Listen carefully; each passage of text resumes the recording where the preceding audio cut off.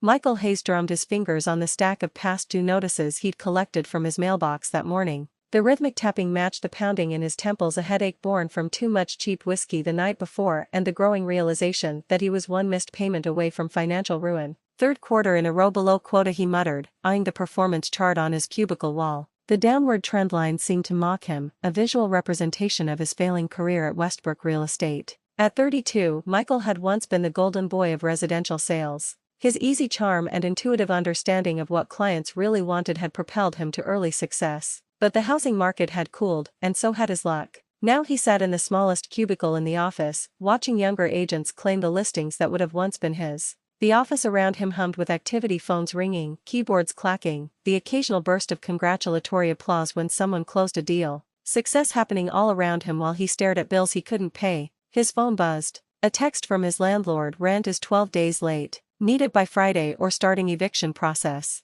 Shit, Michael whispered, running a hand through his dark hair. 3 more days to come up with rent money. The commission check from his last sale, a tiny 2-bedroom that had taken 5 months to move, had already been devoured by credit card minimum payments and car repairs. Hayes, my office, now. The voice of Warren Blackwell, owner of Westbrook Real Estate, cut through the ambient noise of the office. Michael's stomach dropped. This wasn't the axing he'd been expecting for weeks. He straightened his tie, his father's tie, the only decent one he owned, and made his way to the corner office. Through the glass walls, he could see Warren sitting behind his massive oak desk, examining a file folder with unusual intensity. Michael knocked on the open door. Close it behind you, Warren said without looking up. Michael did as instructed and stood before the desk, trying not to fidget. Warren Blackwell was a 60-something monument to old-school real estate success, silver-haired, perpetually tanned, with a collection of gaudy rings that commemorated sales milestones. He was known for his ruthlessness as much as his business acumen. You know why you're here? Warren asked, finally looking up.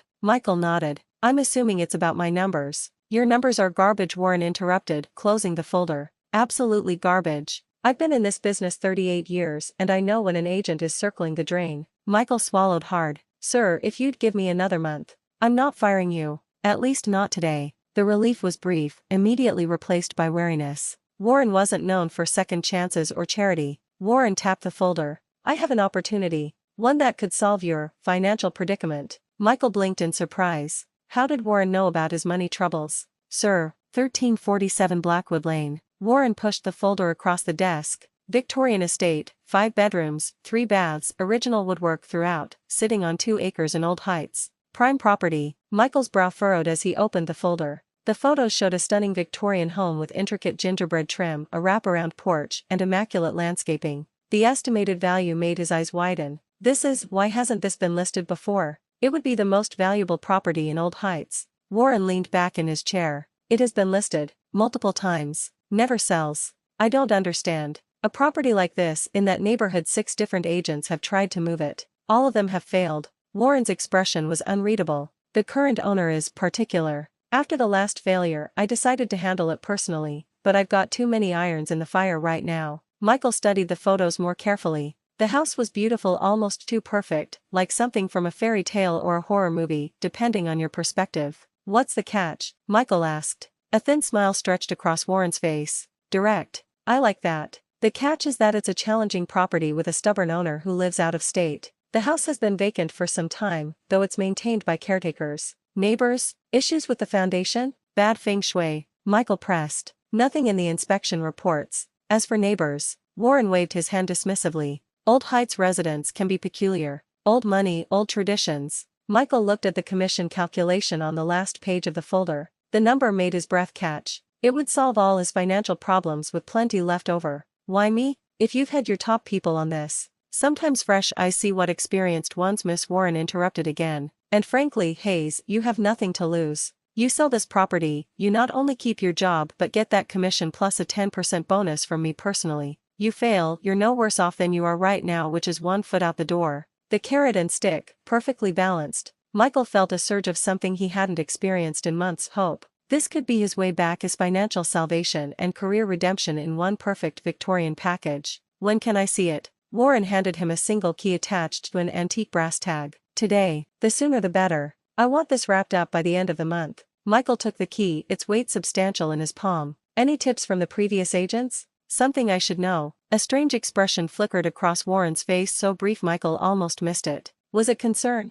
Guilt? Whatever it was, it vanished quickly behind the older man's practiced smile. Just don't waste time. The property moves, or you do. Warren turned to his computer, a clear dismissal. Back at his desk, Michael examined the folder more carefully. The house was even more impressive upon closer inspection. Built in 1887 by someone named Edward Blackwood, no relation to Warren presumably, it had all the features that made Victorian homes desirable: high ceilings, ornate moldings, a grand staircase, stained glass accents. According to the notes, it had been meticulously maintained, with updated electrical and plumbing that didn't compromise the historical integrity. So why couldn't anyone sell it? Michael searched the company database for information on the previous listing attempts, but found surprisingly little. No detailed notes from the agents, no feedback from showings, just dry entries marking the start and end dates of each listing period. More curious still, when he tried to look up the agents who had previously handled the property, he discovered that none of them worked at Westbrook anymore. All had left the company shortly after their failed attempts to sell 1347 Blackwood Lane. Weird, he murmured. What's weird? Lisa Chen, a fellow agent with a cubicle adjacent to his, paused as she walked by. This house on Blackwood Lane. Know anything about it? Lisa leaned over to see the folder, then straightened abruptly when she recognized the property. Where did you get that listing? Warren just gave it to me. Why? She glanced around, then lowered her voice. That was Diane Miller's last listing before she quit. She was top producer 3 years running, then took that house and was gone a month later. Moved to Arizona or something. Michael frowned. Did she say why? No, just cleared out her desk one weekend. No goodbye happy hour, no nothing. Lisa shifted uncomfortably. Mark Jessup had it before her. Same thing. So it's a career killer, Michael said with a humorless laugh. Perfect. Lisa seemed to debate saying more, then simply shrugged. Just be careful, I guess. Some properties have bad energy. Before he could ask her to elaborate, she continued on her way, leaving Michael with more questions than answers. He spent the next hour researching the property online, finding little beyond the basic historical information and some old real estate listings with essentially the same photos in his folder. Oddly, there were no interior shots, despite the listing details mentioning the home was fully furnished with period-appropriate antiques. Even stranger, when he tried to find the property on satellite maps, the image over 1347 Blackwood Lane was blurred, likely an outdated section of the mapping data, but unsettling nonetheless. By early afternoon, Michael had decided that sitting at his desk theorizing would get him nowhere. He needed to see the house for himself.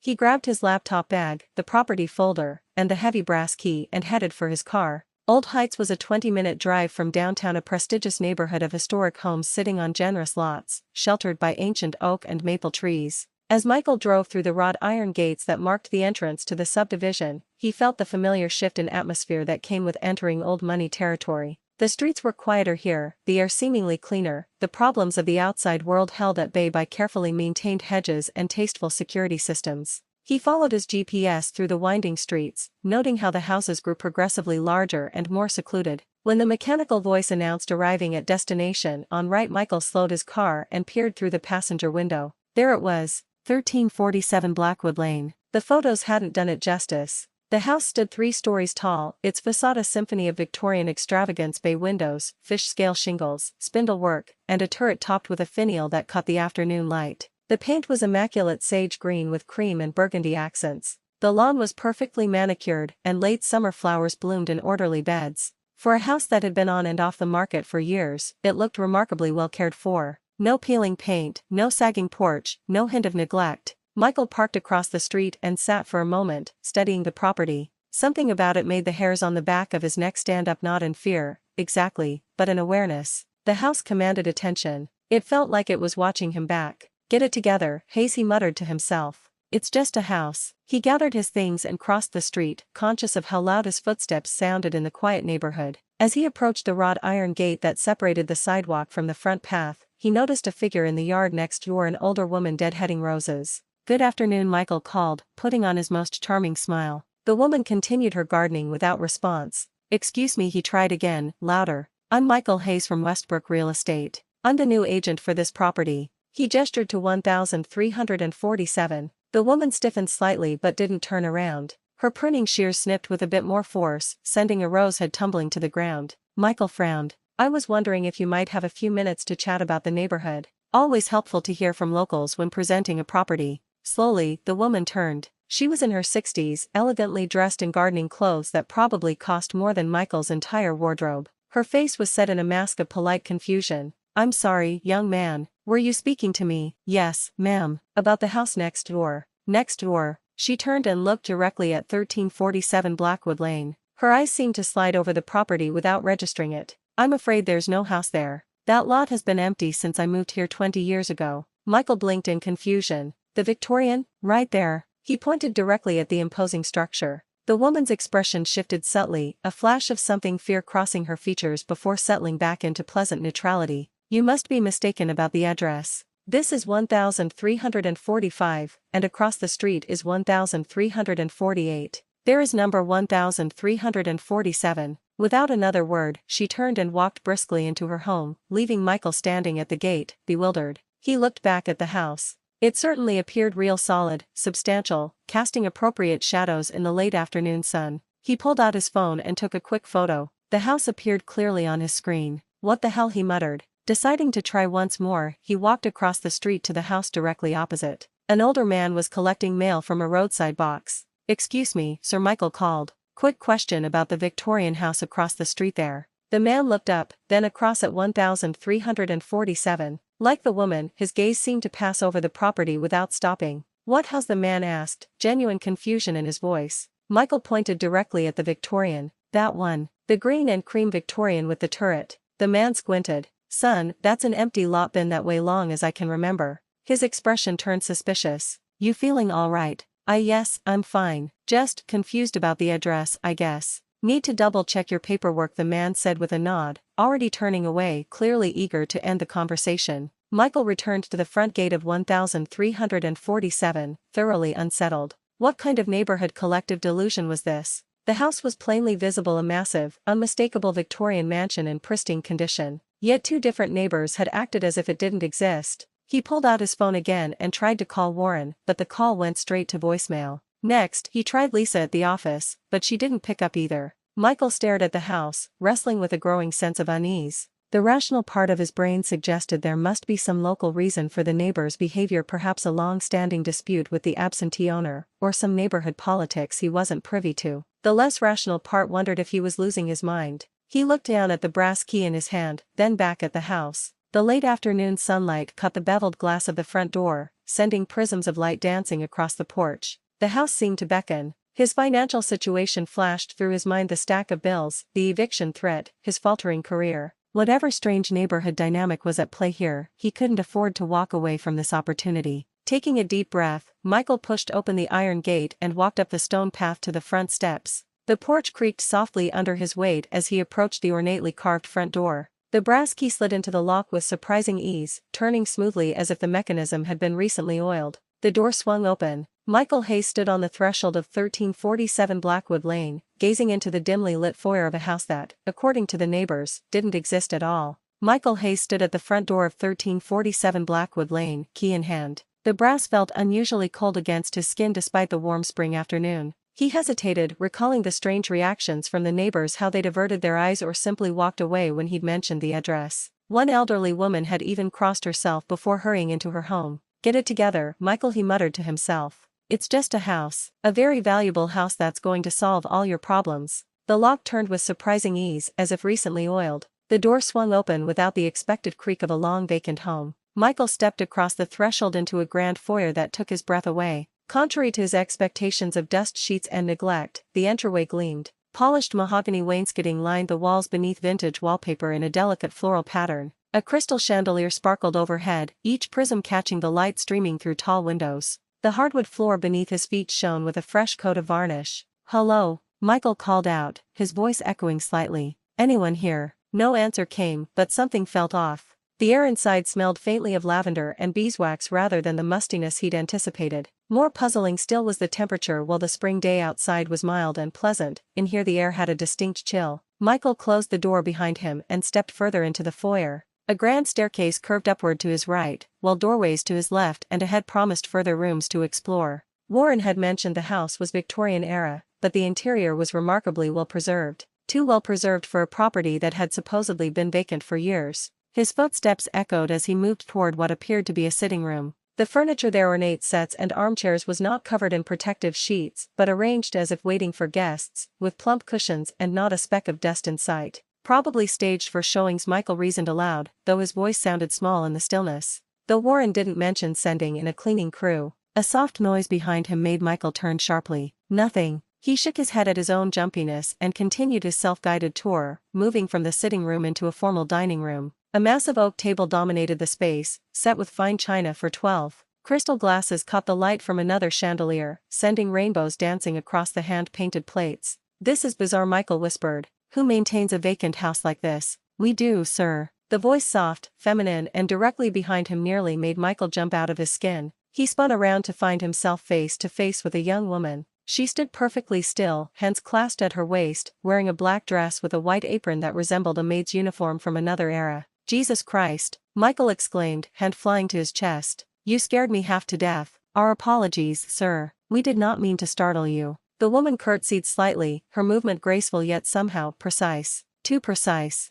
Michael's pulse began to slow, but he noticed she had said "we," not "I." Before he could question this, another figure appeared in the doorway, identical to the first down to the smallest detail. Same heart-shaped face, same raven black hair pulled back into a tight bun, same porcelain pale skin, same dark eyes that seemed to absorb light rather than reflect it. Twins. Identical twins who moved with the same eerie precision. "I'm Eliza," said the first. "And I'm Elizabeth," added the second, her voice indistinguishable from her sister's. "We are the caretakers," they said in unison, another perfect curtsy mirrored between them. Michael stared, momentarily speechless. The women appeared to be in their late 20s, with features so perfect they seemed almost artificial. Their skin was flawless, not a freckle, mole or imperfection to be found, and so pale it almost had a bluish undertone. Their lips were the deep red of ripe cherries, standing out starkly against their pallor. I didn't know anyone was living here," Michael finally managed. "I'm Michael Hayes from Pinnacle Realty. The owner asked us to list the property." The twins exchanged a glance so brief Michael almost missed it. "Yes, we were informed a new master might be coming," Eliza said. "The house has been waiting," Elizabeth added. "Master?" Michael thought.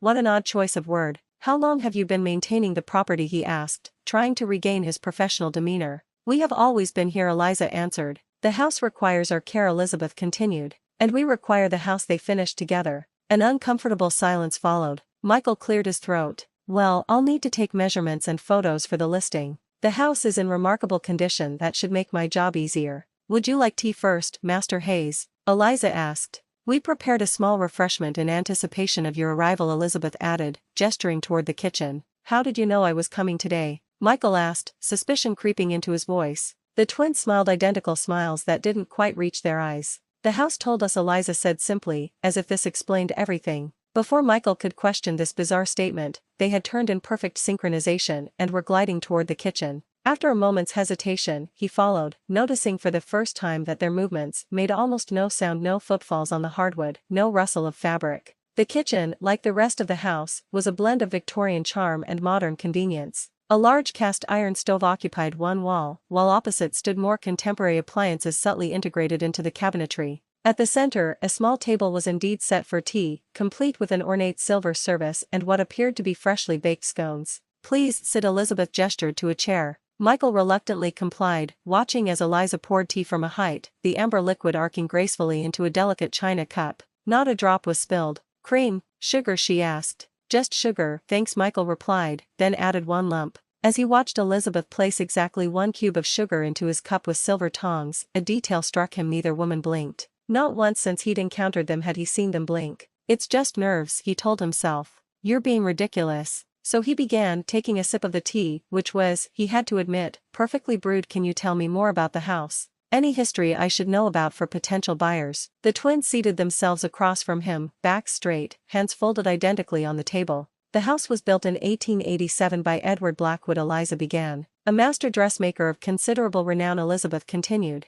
"He created beautiful things," Eliza said, a note of pride in her voice. "Beautiful, perfect things," Elizabeth echoed. "And you're relatives of his?" Michael asked, though something told him this wasn't the case. Again, that brief, synchronized glance between them. "We are his creation," Eliza said after a pause. Michael laughed nervously. "You mean he hired your family? Your ancestors?" "We are his masterpieces," Elizabeth replied, ignoring his question. "His finest work," Eliza added. Michael felt a chill that had nothing to do with the room's temperature. He set down his teacup with a shaky hand. "Look, I appreciate the theatrical flair, but I'm just here to list the house." "Of course, Master Hayes," they replied in unison. "And please, just call me Michael." "Not Master." "As you wish, Michael." The name sounded strange in their mouths, as if they were trying out an unfamiliar word. Michael stood, eager to get back to the business at hand. "I should start taking measurements now." "We shall accompany you," Eliza said. "To assist in any way needed," added Elizabeth. Against his better judgment, Michael nodded. Having someone familiar with the property could be useful, even if that someone gave him the creeps. For the next hour, Michael moved through the house, measuring rooms and making notes on his tablet. The twins followed silently, appearing and disappearing in ways that unsettled him. He would turn around in a room to find both of them standing perfectly still behind him, or enter a new space to discover they were already there waiting. More disturbing were the house's dimensions. Rooms seemed larger inside than they should be based on the exterior. Hallways stretched longer than the house's footprint would allow. When Michael mentioned this, the twins merely smiled their empty smiles. "The house contains multitudes," Eliza told him. "It expands to accommodate needs," Elizabeth explained. By late afternoon, Michael had completed his survey of the main and upper floors. All that remained was the basement, but as he approached the door that would lead below, both twins stepped in front of him. "The lower level is not part of the tour," Eliza said firmly. "It requires special preparation," Elizabeth added. "I need to see the entire property," Michael insisted. "Not today," they replied in unison, their voices suddenly cooler. Outside, the sky had darkened prematurely. Through the windows, Michael could see storm clouds gathering with unnatural speed. A rumble of thunder shook the house slightly. "You should stay the night," Eliza suggested. "The roads will not be safe," Elizabeth added. "The storm approaches quickly," they said together. Michael pulled out his phone to check the weather radar, but found no signal. "That's strange, I had full bars when I arrived." "The house sometimes interferes with such devices," Eliza explained. For protection, Elizabeth clarified, though this clarified nothing. Another boom of thunder, closer now. Rain began to lash against the windows. Michael moved to the front door and opened it to find a deluge outside, water already pooling on the front steps. His car, parked in the driveway, seemed impossibly far away through the curtain of rain. "Fine," he conceded, closing the door. "I guess I'll wait out the storm." The thought of being trapped in this house overnight with the strange twins made his skin crawl, but the alternative, getting soaked and possibly driving in dangerous conditions, seemed worse. "We shall prepare dinner," Eliza said, sounding pleased. "And ready a room for you," Elizabeth added. As they glided away toward the kitchen, moving in perfect unison, Michael couldn't shake the feeling he'd just made a terrible mistake. He tried his phone again, still no service. With a sigh, he sent a text to Warren that would hopefully deliver once he had signal again. "Staying at Blackwood property due to storm. House maintained by caretakers. Strange place. Will call in morning." The message remained undelivered, the spinning indicator never resolving. Outside, lightning flashed, briefly illuminating the foyer. In that momentary brilliance, Michael could have sworn he saw the twins standing at the end of the hallway, watching him, though he'd seen them enter the kitchen just seconds before. When his eyes adjusted back to the dimness, the hallway was empty. Just his imagination. Had to be. But as thunder boomed again and the house's lights flickered briefly, Michael couldn't shake a growing certainty something was very wrong with 1347 Blackwood Lane, and with the identical women who claimed to care for it. And he was now trapped here for the night. Michael stood at the bedroom doorway, watching as Eliza and Elizabeth prepared his accommodations with meticulous precision. Their movements were synchronized yet subtly different. Eliza folded the corners of the bedsheet with sharp, precise motions while Elizabeth smoothed the duvet with long, flowing strokes. The antique four-poster bed dominated the room, its dark mahogany frame gleaming as if recently polished. "I really shouldn't stay," Michael said, though his protests sounded half-hearted even to his own ears. Outside, rain lashed against the windows with unnatural fury.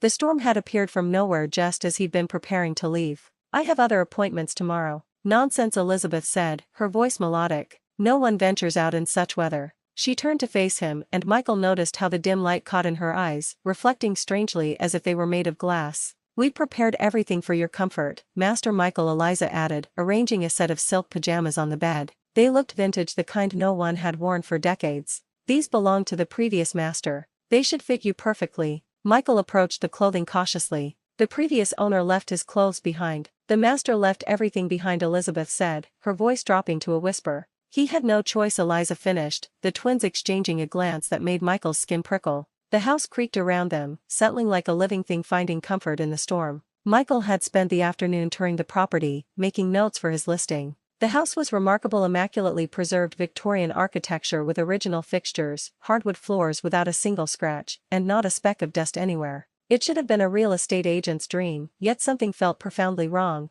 "I think I'll explore a bit more before turning in," Michael said, backing out of the bedroom. "Get a better feel for the place." As you wish, the twins said in unison, their identical faces revealing nothing. The hallways seemed to stretch longer in the evening shadows. Michael found himself in a corridor he didn't remember from his earlier tour. The wallpaper, a pattern of intertwined roses and thorns, appeared to shift in his peripheral vision, the flowers blooming and withering as he passed. "This house can't be this big," he muttered, counting doors. There had been 5 bedrooms on the second floor according to the listing, but he'd passed 8 doors already, and the hallway continued to bend ahead of him. A grandfather clock chimed somewhere, its deep resonance vibrating through the floorboards. 9 o'clock. Michael checked his watch. It read 7:43, and the second hand wasn't moving. He tapped the face, but the watch remained frozen. Time behaves differently here. Michael spun around to find Elizabeth standing behind him, though he hadn't heard her approach. Her pale blue dress now replaced with a silk robe that clung to her frame. "You startled me," he said, his heart racing. "Forgive me."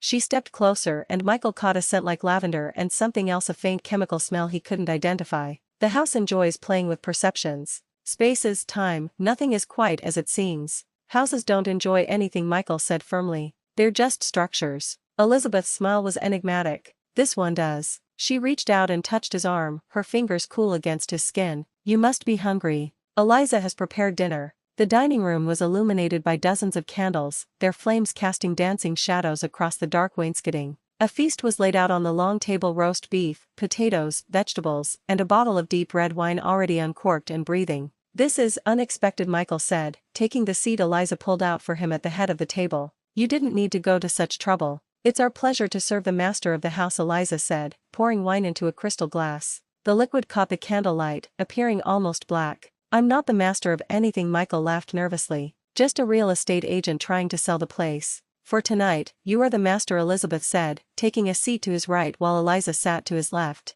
Neither had plates before them. "Please enjoy." Michael took a tentative bite of the roast beef. It was perfectly cooked, tender and flavorful, yet somehow hollow, as if the taste was a memory of food rather than food itself. The wine, however, was extraordinarily rich and complex, warming him from within. "This is excellent," he said, taking another sip. "An old vintage." "Very old," Eliza confirmed, watching him intently. "From the master's special collection." As Michael ate, the twins began to tell stories of the house, grand parties held in the ballroom downstairs, famous visitors who had passed through, the reputation of the original owner as a creative genius. "He made beautiful things," Elizabeth said dreamily. "Things that seemed alive." "He was a dressmaker?" Michael asked, recalling the sparse information from the property records. "An artist," Eliza corrected. "He created beauty from lifelessness." With each glass of wine, Michael found it harder to maintain his professional distance. The twins moved their chairs closer, their knees occasionally brushing against his under the table. Their movements seemed more fluid now, more human, than they had earlier in the day. "You have remarkable skin," he found himself saying to Elizabeth, watching how the candlelight played across her perfect features. "Feel it," she invited, extending her hand.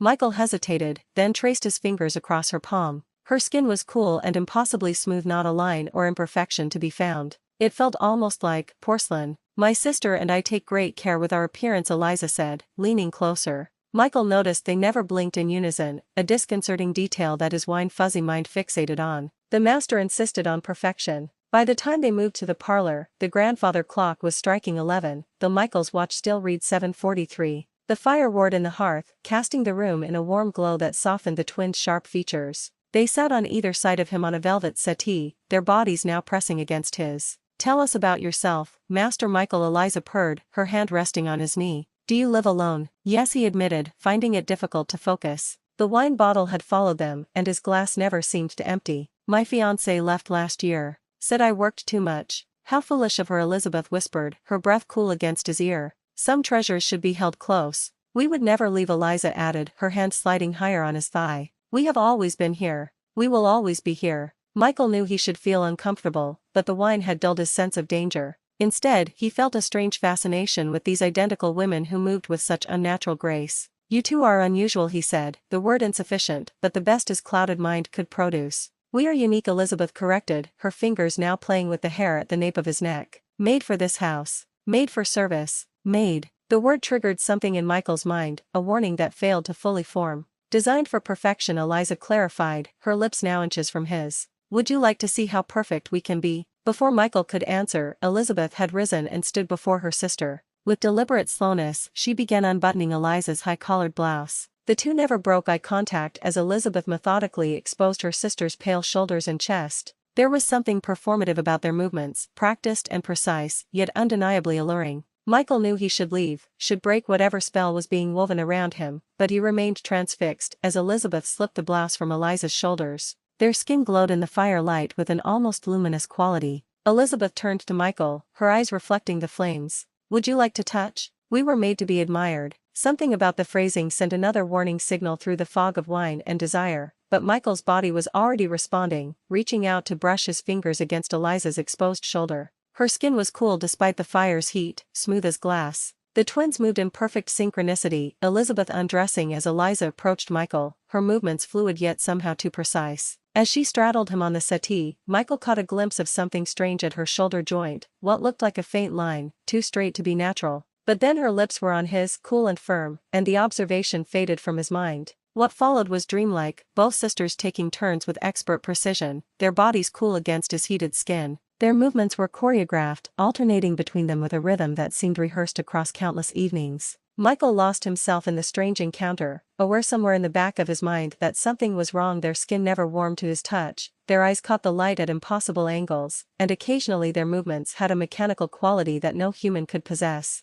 During one moment, as Elizabeth arched above him, Michael noticed a small circular mark at the base of her neck, like a keyhole. He reached to touch it, but Eliza intercepted his hand, pressing it instead against her breast. "Don't you find us perfect?" she whispered against his ear, her voice containing an undertone that sounded almost like the ticking of a clock. "Too perfect," Michael murmured, the observation lost as waves of pleasure overwhelmed his senses. Later, as he drifted toward sleep between their still bodies in the massive four-poster bed, Michael experienced flashes of disturbing clarity. Elizabeth's arm bent at an impossible angle as she reached across him. The sound of something clicking inside Eliza's chest as she pressed against him. The way neither of them seemed to breathe while at rest. In his half-dreaming state, Michael imagined himself being sewn into the bedsheets, silver needles flashing in the moonlight as thread pulled tighter and tighter, binding him to the house. He thought he heard whispers between the twins. "He's perfect. And the master will be pleased. And do you think he knows? And not yet. But soon." Before consciousness fully slipped away, Michael had one final, terrifying thought. The hands stroking his chest felt jointed, like the hands of a doll.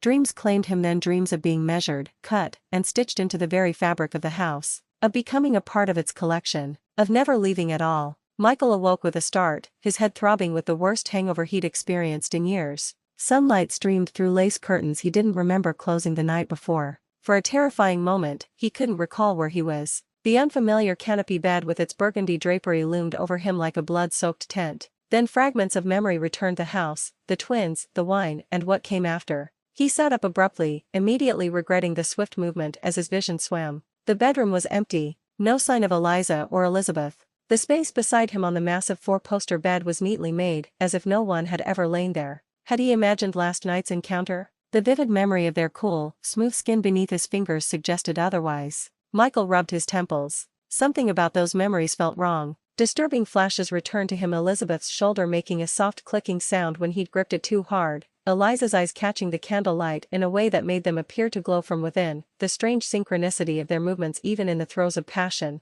"Just the wine," he muttered, swinging his legs over the edge of the bed. His clothes were folded with military precision on a nearby chair, not how he'd have left them in his intoxicated state. His watch read 10:17 a.m. later than he'd ever sleep on a workday. The scent of fresh coffee and baked goods wafted up from downstairs. Michael dressed quickly, trying to ignore the odd sensation that the room was slightly different from the one he'd entered last night. The wallpaper pattern seemed subtly altered, the window positioned a foot to the right of where he remembered. Downstairs he found a breakfast spread worthy of a high-end bed and breakfast: fresh croissants, sliced fruit arranged in an artistic pattern, and a French press of coffee. Steam still rose from the coffee, yet there was no sign of the twins. "Eliza? Elizabeth," he called out, his voice echoing through the house. No response. Michael poured himself coffee, surprised by how famished he felt. As he ate, he tried calling Warren again. Still no signal. He checked his watch. He'd need to report in soon or his boss would think he'd bailed on the assignment. "I should check the property more thoroughly anyway," he reasoned aloud, finishing his coffee. "Get a complete inventory for the listing."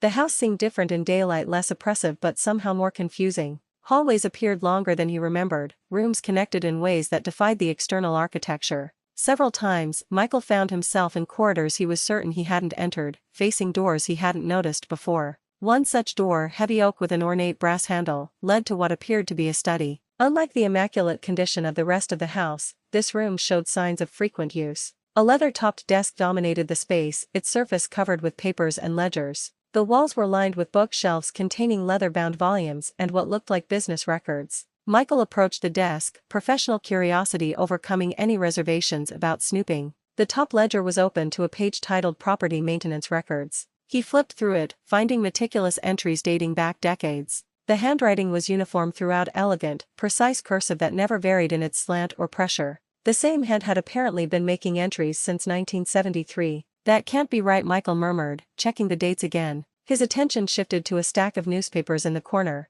The yellowed pages featured stories about the house and its original owner, one Edward Blackwood. According to a feature article from 1967, Blackwood had been a renowned dressmaker whose clientele included society's elite. The accompanying photograph showed a severe-looking man with piercing eyes standing beside two mannequins draped in elaborate gowns. The mannequins looked unsettlingly familiar. Further clippings chronicled Blackwood's increasing reclusiveness in his later years and his reputed work on revolutionary advancements in fashion design. The final article, dated 1972, briefly noted his death, found alone in his home after suffering a stroke. The piece mentioned that his business and property had been left to distant relations, though no names were specified. A drawer in the desk contained more recent records, property tax statements, utility bills, all addressed to the estate of Edward Blackwood, with payments apparently made from a trust established decades ago. Everything was in perfect order, a paper trail suggesting normal property management, yet something felt orchestrated about it all. Michael's exploration took him next to a door he was certain had been locked the previous night. It opened easily now, revealing a narrow staircase leading down. The basement air was cool but not damp, surprisingly free of the musty smell common to old homes. Motion-activated lights flickered on as he descended, illuminating what appeared to be a workshop. Dress forms stood like silent sentinels around the perimeter. Shelves contained neatly organized tools, scissors of various sizes, specialized needles, spools of thread in every color imaginable. One section held more unusual implements, tiny chisels, files, and what looked like surgical tools. Against the far wall stood glass-fronted cabinets containing what Michael initially took to be fabric samples. Closer inspection revealed something more disturbing: swatches of material that mimicked human skin with unsettling accuracy. Some pieces were labeled with dates and notations: Formula 17, improved elasticity; Formula 23, corrected temperature response; Formula 36, perfected dermal translucence. Michael's stomach churned. He moved away from the cabinets, his foot catching on something protruding from beneath a heavy curtain along the wall. Pulling back the fabric, he discovered a false wall with a small door set into it.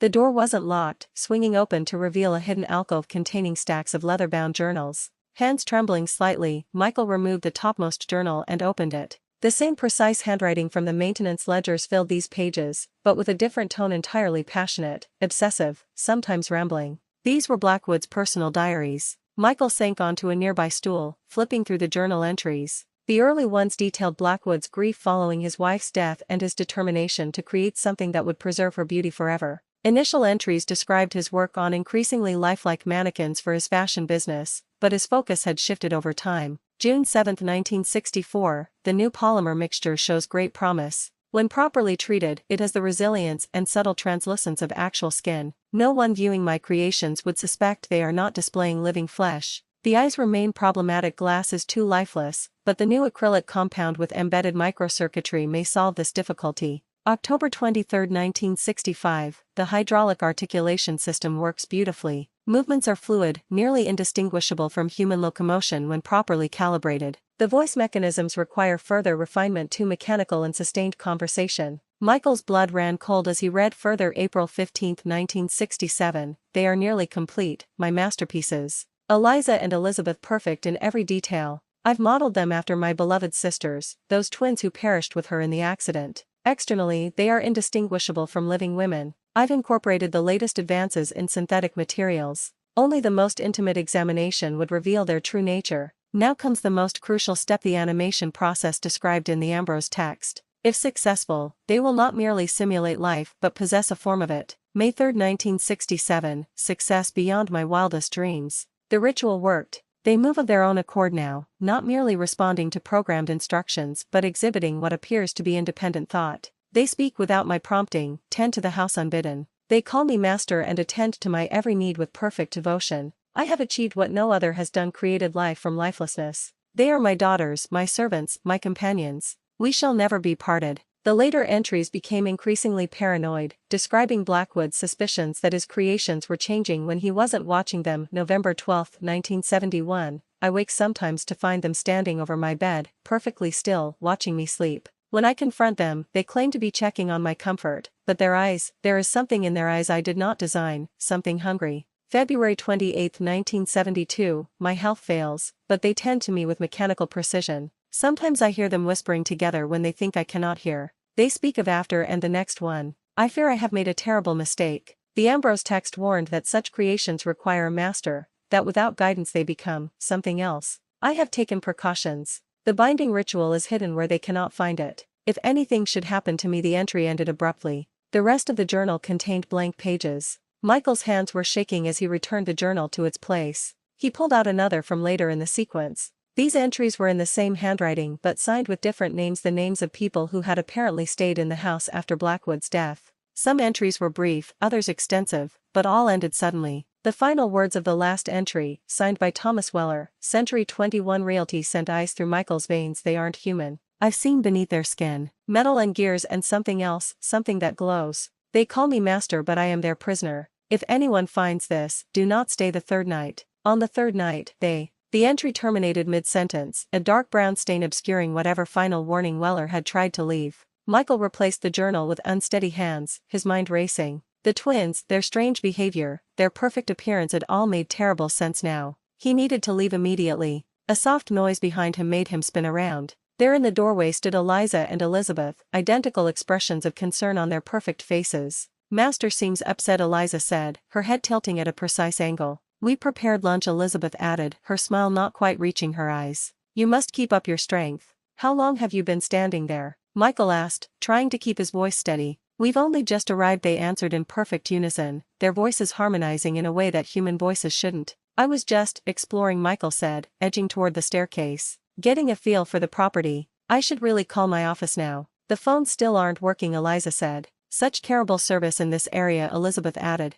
But there's no need to leave, they finished together. As they spoke, Michael noticed something he hadn't before. Their movements were mirrored perfectly, as if one was a reflection of the other. No human twins could synchronize so flawlessly. Actually, I need to head back to the office, Michael insisted, trying to step past them. They moved in perfect coordination to block his path, still smiling those identical empty smiles. But Master has only just arrived, Eliza said. And this is only your second day, Elizabeth added. Second day? Michael glanced at his watch in confusion. According to the date display, he'd been in the house for nearly 48 hours, not the single night he'd thought. Somehow, an entire day had vanished from his memory. You must stay for dinner at least, they said together, each taking one of his arms in a grip that felt too firm, too inflexible to be human. We have so much more to show you, Eliza whispered, her breath against his ear unnaturally cool. And tonight is a very special night, Elizabeth finished, her fingers tightening on his arm like a mechanical vice. Michael felt trapped between the twins and the hidden alcove containing the terrible truth about them and this house. The second night was ending.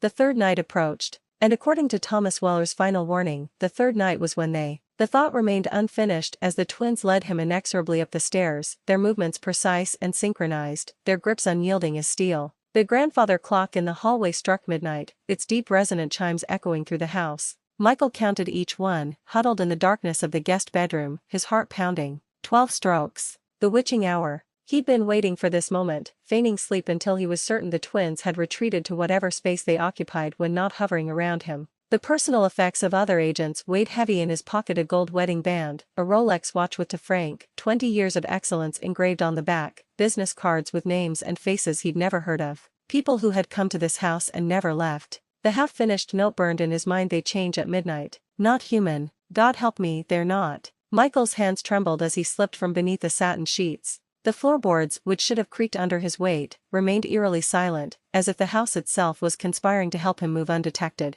He needed to find answers, and he suspected he knew where they might be hiding. The master bedroom. The one room the twins had steered him away from during the tour. It's not prepared properly for viewing, Elizabeth had said, her hand gently but firmly guiding him away from the ornate double doors at the end of the upstairs hallway. The master's private quarters, Eliza had added, her identical face betraying the slightest twitch. It wouldn't be proper. Now, armed with a brass candlestick from the dining room both as light source and potential weapon, Michael crept down the hallway. The house felt different at night. The wallpaper patterns seemed to shift in his peripheral vision, figures dancing and contorting before settling back into floral designs when he looked directly at them. Shadows stretched longer than they should have, and more than once, he could swear he heard whispering coming from behind the walls. The double doors to the master bedroom loomed before him, the carved wood depicting scenes of angelic figures descending toward supplicant humans below. Michael tried the handle locked, of course. He knelt, retrieving a set of lockpicks he'd found among the previous agent's effects. His fingers worked deftly, a skill from a misspent youth that he'd never imagined would prove useful in his real estate career. The lock clicked open with surprising ease, as if it wanted to be breached. The master bedroom was a shrine frozen in time. Unlike the rest of the house, which maintained a pristine but lived-in appearance, this room was clearly a memorial. Sheets draped over furniture like funeral shrouds. A thick layer of dust covered every surface except, peculiarly, the massive four-poster bed and a writing desk positioned near the window. Those surfaces gleamed in the moonlight that streamed through parted velvet curtains. On the desk lay a leather-bound book, its pages yellowed with age but unmistakably well-handled. Michael approached cautiously, each step raising small clouds of dust except in a clear path between the door and the desk. Others had walked this exact route recently. He opened the journal with trembling hands, the leather creaking in protest. The handwriting inside was elegant but increasingly erratic as the pages progressed. He flipped to the final entries and began to read. October 15, 1887. The physician confirms what I already know. The episodes are worsening. The paralysis on my left side grows more pronounced each day. He speaks of apoplexy and preparations I should make, but I have already made them.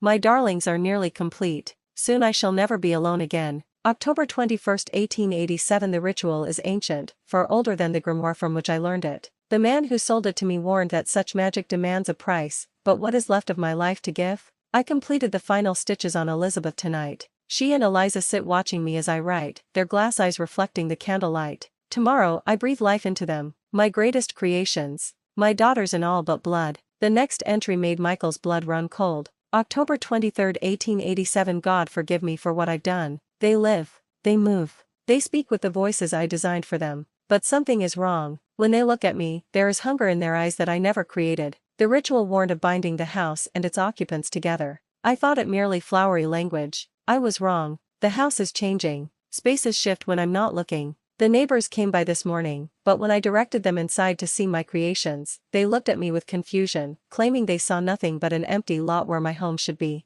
My darlings call me master as I designed them to do, but there is mockery in their tone now. I try to leave, but the doors lead me back inside. I fear I have not created the companions I sought, but rather my own jailers. The entries continued, increasingly frantic, describing Blackwood's deteriorating condition and the doll's growing power. His handwriting became almost illegible in the final pages. November 17, 1887. I understand now. They need me, but not alive. The house hungers. They hunger. My life force ebbs, and with each passing day, they become more real while I fade. The pain in my chest grows. Another stroke comes soon. I hear them whispering when they think I sleep. Soon, they say. Soon the master will be part of the house forever. If anyone finds this journal, flee. They will appear as beautiful women, caretakers of this grand home. They will offer comfort, seduction, care. They will call you master. But by the third night, they will take you. As they plan to take me. The house must be fed. God help me. I hear them coming up the stairs. Their footsteps no longer even pretend to be human. The final entry was a scrawl across the page, written in what appeared to be blood rather than ink. The house that feeds the dolls.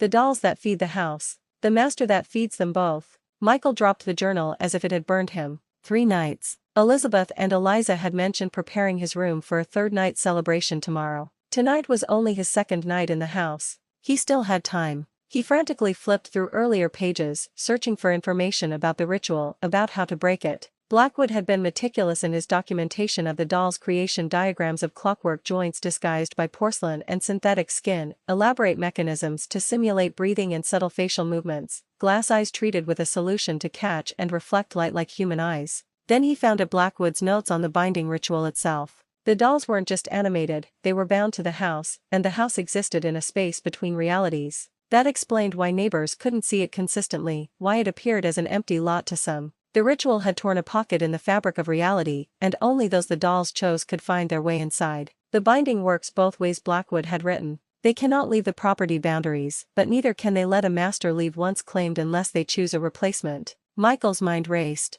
Previous agents had been lured here, just as he had been, each one thinking they'd found an easy commission, a mysterious house in perfect condition. each one becoming trapped, becoming a temporary master before being consumed by the house itself. The sound of porcelain scraping against wood froze Michael in place. It came from outside the bedroom door, a slow, deliberate sound of something hard drawing across the wooden floor. Then silence. Then 3 sharp taps on the door. "Master," Elizabeth's voice, but different now, hollow, with a mechanical clicking underneath the words. "Are you lost? It's not proper for you to be in here. The master's private quarters aren't ready for you yet," came Eliza's voice from the other side of the room. Michael spun around in horror. How had she gotten in without him noticing? She stood in a doorway that hadn't been there moments before, her head tilted at an impossible angle, her smile too wide for a human face. "Just one more night," she said, her voice catching and repeating like a damaged phonograph. "Just one more night, and you'll be part of the house forever." Michael clutched the journal to his chest and backed away from both of them. "You're not alive," he said, his voice barely a whisper. "You're dolls. Clockwork and porcelain." Elizabeth stepped through the bedroom door, her movements jerky now, no longer bothering with the perfect human simulation. "We are more than dolls," she said, her voice shifting between octaves. "We are the caretakers. We maintain the house. We find new masters. Because the house needs to feed," Michael said, the horror of realization washing over him. "And so do you." Both twins smiled in unison, their faces splitting wider than human bone and muscle should allow, revealing rows of porcelain teeth.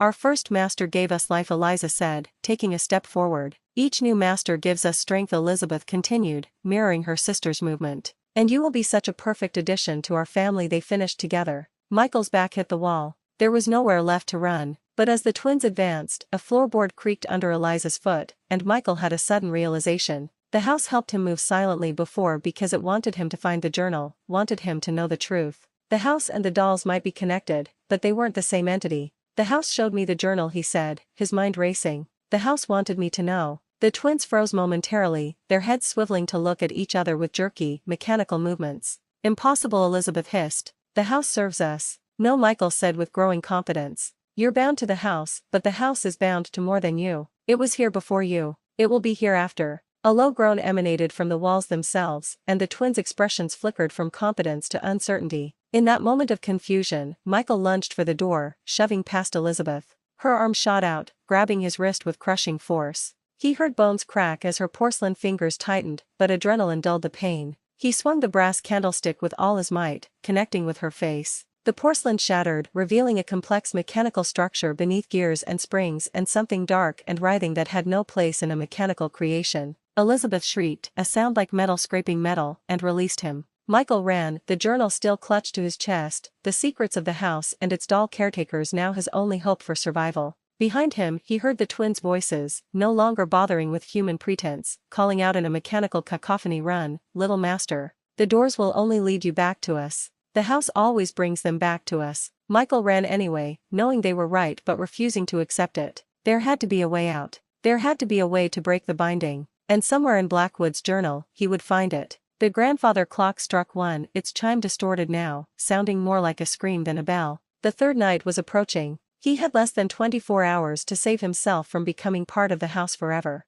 The last rays of daylight retreated from the stained glass windows, casting the house into deepening shadows. Michael huddled in a small linen closet on the second floor, his breath shallow and controlled. He had wedged himself between stacks of immaculately pressed sheets that smelled of lavender and something else, something chemical and preservative. The irony wasn't lost on him, he was hiding among linens in a house owned by a dressmaker whose creations were now hunting him. Night had fallen, and with it, the house had changed. The transformation had been subtle at first, a creaking floorboard where he hadn't stepped, a door that had been open now closed, the slight shifting of furniture when he turned his back. But as darkness consumed the house, the changes had become more pronounced, more impossible to rationalize away. Corridors stretched where they should have ended. Staircases curved in directions that defied the home's exterior dimensions. Rooms he had previously explored were suddenly inaccessible, while new doors appeared in walls that had been solid only hours before. The house was alive, and it was reshaping itself for the hunt. "Master Michael," Eliza's voice called out, the musical quality now replaced by something mechanical, like a phonograph playing at slightly too slow a speed. "We have taken care of many masters before you. Why do you resist us now?" Michael pressed back against the wall of the closet, the wood panel cool against his spine. His hands trembled as he clutched Blackwood's journal to his chest. The leather-bound book was his only weapon, containing the secrets that might save his life if he could live long enough to use them. "The house grows impatient," Elizabeth's voice echoed from a different direction, the identical timbre now distorted, as though speaking through water. And when the house is impatient, we become hungry. A loud crack split the silence, the sound of wood splintering under tremendous pressure. Michael flinched, accidentally knocking a stack of folded towels to the floor. He froze, heart hammering against his ribs. The sounds of pursuit momentarily paused, and he knew they were listening, calculating, hunting. "We heard that, Master Michael," the twins spoke in unison, their voices converging from opposite ends of the hallway. "You cannot hide from us in our own home." Michael closed his eyes, focusing on controlling his breathing. They were toying with him, he realized. If they knew exactly where he was, they would have already cornered him. The house was helping them, yes, but it was also playing its own game. He still had time. Opening his eyes, he noticed a thin crack of light beneath the closet door that hadn't been there before. Hesitantly, he pushed the door open a fraction. The hallway outside was not the one he had entered from. Instead of the Victorian wallpaper and ornate sconces, raw wooden beams and exposed brick lined a narrow servant's passage. The house was changing again, offering him a path. But was it a path to safety or deeper into the trap? With no better option, Michael slipped out into the passage, hunching to avoid the low ceiling. He moved as quietly as possible, pausing at each creaking board. The passageway twisted and turned, occasionally offering glimpses into rooms through small observation gaps, servants' peepholes, he realized. The original house had been designed with these secret pathways for staff to move unseen. Through one such gap, he caught sight of Eliza. Or was it Elizabeth? In the dim light, she stood motionless in the center of the library, her head cocked at an impossible angle, nearly resting on her shoulder. As he watched, she rotated her head in a full 180-degree turn, her neck making clicking sounds like a mechanical doll being wound. Her once perfect porcelain skin was now visibly seamed at the joints, hairline cracks spreading across her cheeks. She was degrading, Michael realized. Whatever magic or mechanism kept the twins in their human-like state was failing as the night progressed. He wondered if this happened each night, or if his resistance was causing their deterioration. A sharp, metallic scraping sound echoed through the passage. Michael ducked down instinctively, pressing himself against the wall. Through another peephole, he saw the second twin dragging something along the floor of the dining room, a long, thin blade that looked like a dressmaker's shears, enlarged to grotesque proportions. "We need to prepare the new materials," she said to no one, her voice now completely mechanical, a parody of human speech. "The master must be properly measured and fitted." Michael's stomach twisted as he recalled the journal's final entries. Blackwood hadn't died of natural causes. The twins had fitted him permanently into the house, his essence somehow used to fuel their continued existence. And now they intended to do the same to him. He needed to keep moving. Following the passageway, he descended a narrow spiral staircase. The air grew colder, damper, heavy with the smell of earth and old stone. He was beneath the house now, in some kind of cellar or foundation space that he hadn't discovered in his earlier explorations. As he turned a corner, Michael nearly cried out in shock. A pale, translucent figure stood in the passage before him, a man in outdated clothing, his features blurred and indistinct. But most disturbing was his torso, which appeared to be partially embedded in the wall itself, as though the house had grown around him. A ghost, or something like it. The figure raised a spectral hand, pointing urgently down the passageway. Its mouth moved, but no sound emerged. Michael hesitated, then nodded, understanding that this was another victim of the house, one who had never escaped, even in death. As he followed the ghost's directions, more spectral figures appeared, men and women of various ages, all partially merged with the structure of the house. Some pointed the way, others simply watched with hollow, pleading eyes. The previous masters, Michael realized, their spirits trapped within the walls, floors, and fixtures of the house that had consumed them. The narrow passage opened suddenly into a large, circular room that Michael had never seen before. Unlike the Victorian elegance of the upper floors, this chamber was ancient, with rough-hewn stone walls and a dirt floor.